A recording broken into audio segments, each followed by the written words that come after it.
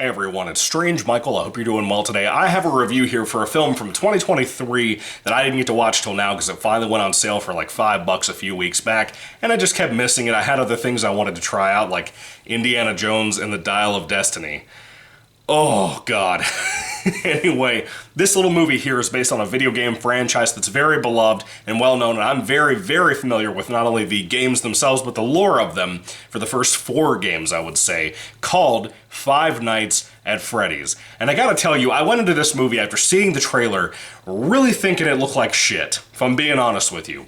But at the end of the day, after all of the things I've experienced over the years involving Scott Cawthon, who was the creator of the franchise, who was also very heavily involved with this movie, he loves this franchise, this creation of his. He seems like a cool guy and a down-to-earth guy, so I really respect and admire that man, I gotta be honest with you. But this movie still looked bad to me when I was going into it, and I had heard pretty much nothing but either mid things or good things from everybody around me, at work, real life, whatever. And I wanted to give my friends, my coworkers, whatever, the benefit of the doubt and actually try it despite my feelings, because I saw a lot of bad movies in 2023. There was a lot of total shit that came out in 2023 that just sucked. That year was one of the worst years in recent memory, in the last 20 years, I would say, for movies. But let me tell you this, I used to experience Five Nights at Freddy's video games vicariously through people like Mad Pat, Markiplier, and this film has a lot of love for people like them, and I thought that was pretty cool. Five Nights at Freddy's, what is this even about? Well, aside from the obvious for people who are watching this review who probably know about the franchise already, it's basically Chuck E. Cheese animatronics that scared the hell out of me. It's what inspired, by the way, by a horrible childhood memory of a birthday I had or a friend had, something like that, where I peeked under the curtain and saw one of these dumbass robot animatronics on the stage looking right down at me. Scared the hell out of me. I've never forgotten it as long as I've lived. It's basically that scenario put into a closed-down pizzeria since the 80s into modern day. And usually, from the video game standpoint, these animatronics come to life possessed by ghosts, and they go after a security guard who happens to be the night watchman of the place, who just is trying to do his job. And this takes a lot of that and really does something better with it. I also happen to have read in the past, a couple of years ago, matter of fact, at this point, the Silver Eyes novel, which is the first ever Five Nights at Freddy's book, and it was horrible. When I read that, I kept talking to all my friends and family and internet about how awful that read was and how I prayed to God, because this movie was in development hell for like 8 years, 9 years, something like that. I was hoping to God that if they ever made the Five Nights at Freddy's film, that it would be more like Willy's Wonderland and less like something like the Silver Linings Playbook is what I'm thinking about. The Silver Eyes novel, because of how awful that book was. And thank God they did that. They tried to avoid so much from that horrible book, that trilogy, that series, whatever that little collection of Five Nights crap was. It was garbage. And I'm glad they avoided it. So this story is really just not just the haunted animatronic story. It's also a very heartfelt story about a young Josh Hutcherson who's probably like in his mid-20s, early 30s at this point in this film. And when he was about 12 years old, his brother had been abducted, by some kind of creepy creeper, if you will, and his family never got really any chance to find out anything. They never found a body, they never found the killer or trapper or whatever you want to call this person who kidnapped his brother. And there was no real solution, no real way to just head-on engage with this stuff. And he's been obsessed with this stuff his entire life. He's trying to figure out, even as an adult, what the face of this man that he knows he saw his face, who kidnapped his brother, looks like. And it's kind of a crazy idea, the kind of things they deal with that subject matter in this film, and facing your demons a little bit. Now, he also happens to have a very, very young sister who's probably like 10 years younger than him, if not even more.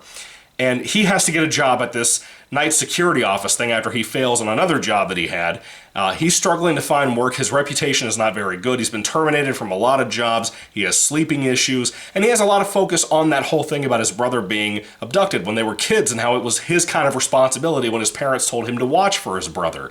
That heartfelt storyline is something I never thought I would experience in a Five Nights at Freddy's film, and it really made you feel it. It really is the heart and soul of this film, and his love and protection for this kind of younger sister of his actual younger sister, I mean, who's very she just doesn't care about him. She kind of is too young to realize how important he is in her life and how much of a real caretaker he is.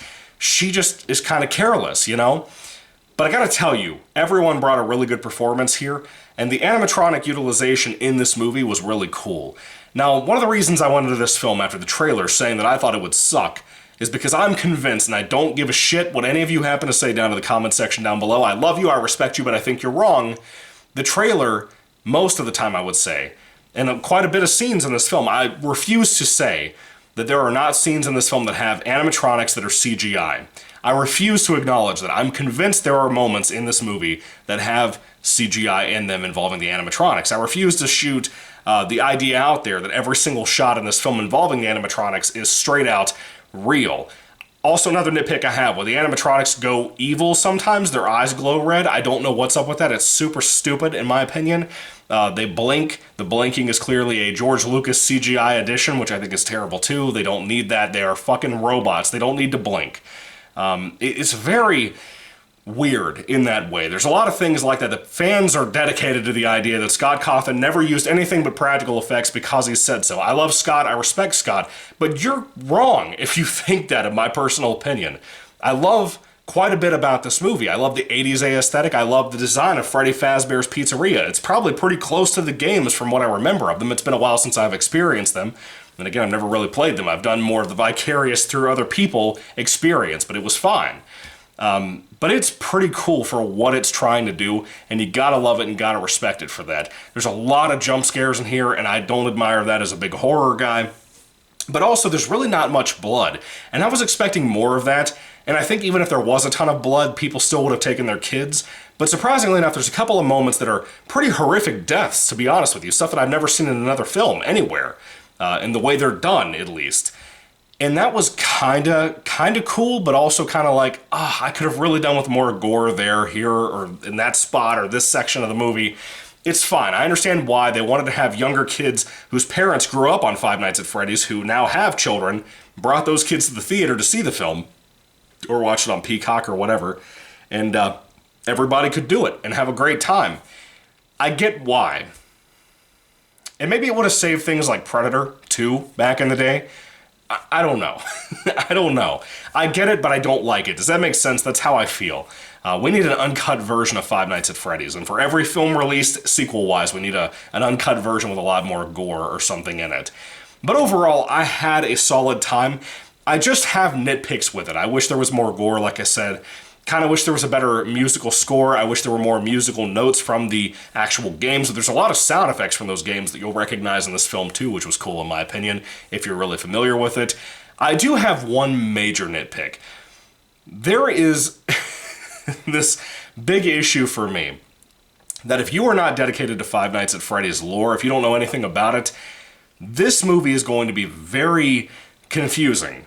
And even I myself think there are parts of the finale, the third act, that make no sense, whether I'm a fan or not of Five Nights at Freddy's, that I don't know how anybody could assume what they know about, or think they know about, the ending of this film. There's some goofy shit, some nonsensical nonsense, if you will, at the end of this film that just really does not help resolve it. And the situation these people are stuck in, like Josh Hutcherson, his little sister, another cop that he meets, that stuff just does not work out smoothly, in my opinion. But for a film that is mostly targeted to teens and young adults, it's not really a big deal. It doesn't really bother me as much. I'm almost 30, but I don't hate it. I just think it's really kind of messy. And it feels like a bunch of different scripts kind of cobbled together in that third act, not the rest of the movie. The rest of the film feels very smooth, very even.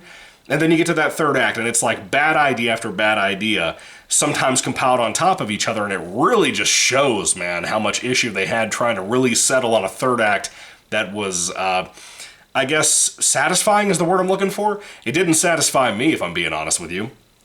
But outside of that, I think a lot of the writing was fine in here. Josh Hutcherson and everybody else bring a really solid performance for what they have to do. Nothing spectacular, but they're good, and that's fine. The animatronics look good when they're actual puppets and animatronics. When they're people in costumes, it's goofy as shit looking. Then you have other scenes that I'm convinced, again, are CGI animatronics. I don't care what anybody says. They clearly have that in this film quite a few times. And I think I'm surprised people don't recognize that when they're looking right at it. But overall, Five Nights at Freddy's is not a bad movie. I firmly believe it's a pretty solid watch, especially compared to all the bullshit that came out in 2023, like, again, Indiana Jones 5. Or what else? I don't know. It's not as good as something like Saw X. It's not as good as like Gran Turismo, for example. But it's good and it's fine as a video game film. And I have to tell you, I really admire the fact that they made a video game movie, or just a movie in general, to service the fans. It wasn't about the critics. It wasn't people like me who haven't really been with the franchise for the last 10 years or whatever it's been, 5, 6, whatever. It was for the dedicated hardcore obsessees. And I thought that was cool. You gotta love that about this particular team, and you gotta really love that about Scott Cawthon. He has integrity, man, and a lot of people don't have that anymore. Gotta admire Blumhouse for that too, as much as I don't like them most of the time. But with all that being said, when it comes to Five Nights at Freddy's, if I had to rate this film on a 5-star basis, I would probably give it a 3 out of 5 stars. It's above average, but not by much. It's really kind of okay, you know, for me. But I see the love and I see the appeal, and I also see the passion and love put into the movie, and that really matters in a lot of ways and on a lot of different levels to people, more so than most people realize, more so than most critics realize, I think. Anyway, have you seen Five Nights at Freddy's? What do you think about it? I'd love to hear your thoughts and comments about the film down in the comment section down below. Let me know everything you think. I'd love to hear all of it. Thank you all for watching, guys. God bless you all. Happy 2024. I'm sorry I haven't put up any reviews recently, but I've been so sick. My wife got me a cold, and she has the flu, and it's just been brutal. You know, I just got my voice back probably about a week ago, week and a half ago. And I've been trying to come up with content ideas, and it just wasn't happening. I've just been sitting around reading books and watching a ton of movies, and that's it. So anyway, what did you think about the film? Put your thoughts and comments down below. Thank you all so much for watching once again. God bless you all once again, and goodbye.